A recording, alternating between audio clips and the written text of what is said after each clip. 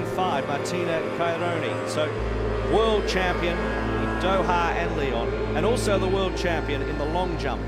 Niente sta scritto è un motto che gli atleti paralimpici dimostrano ogni giorno. La storia raccontata nel documentario del regista veneto Marco Zuin è quella di Martina Caironi, atleta paralimpica medaglia d'oro alle Olimpiadi di Rio nei 100 metri. Documentario che nei giorni scorsi è stato premiato agli Italian Paralympic Awards, l'Oscar dello sport paralimpico. Il film, girato tra Kenya e il Trentino, entra nella vita non solo di Martina ma anche del giornalista Pier Giorgio Cattani, che convive con una malattia neurodegenerativa. Pur non intrecciando mai, procedono parallele le loro storie a dimostrare che è possibile vincere il rischio dell'emarginazione e della chiusura in se stessi.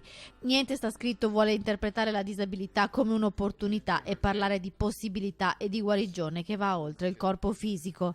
Niente sta scritto è una frase che viene detta in un film, in Lawrence d'Arabia, quando il protagonista recupera dal deserto una persona che si pensava essere dispersa e tornando dice appunto niente sta scritto, cioè siamo noi a scrivere il nostro destino. Il film è stato prodotto dalla Fondazione Padovana Fontana Onlus. È il riconoscimento ad una sensibilità che portiamo avanti da tanto tempo, quella di considerare le difficoltà come un'opportunità e non soltanto come un problema.